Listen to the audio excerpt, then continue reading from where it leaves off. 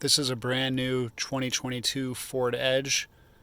I'm trying to program my garage door using the homelink feature. The directions in here are not correct. The directions in my Chamberlain operation machine are not correct either. So let me show you how to do it.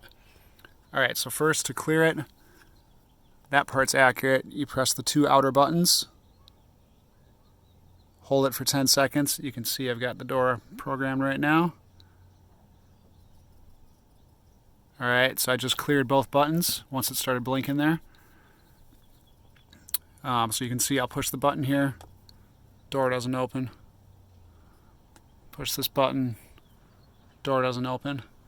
Okay, so now when you want to program it, you take your clicker here, press and hold the button until it's blinking, and then push the garage door button on your remote. You can see it's opening the door there, and now that light went to rapid blinking. Alright, so now the door is open. Now push this one time,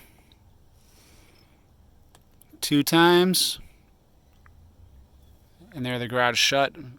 The first time I programmed this, I had to press this button 4 times before it actually activated the code. Hope that helps.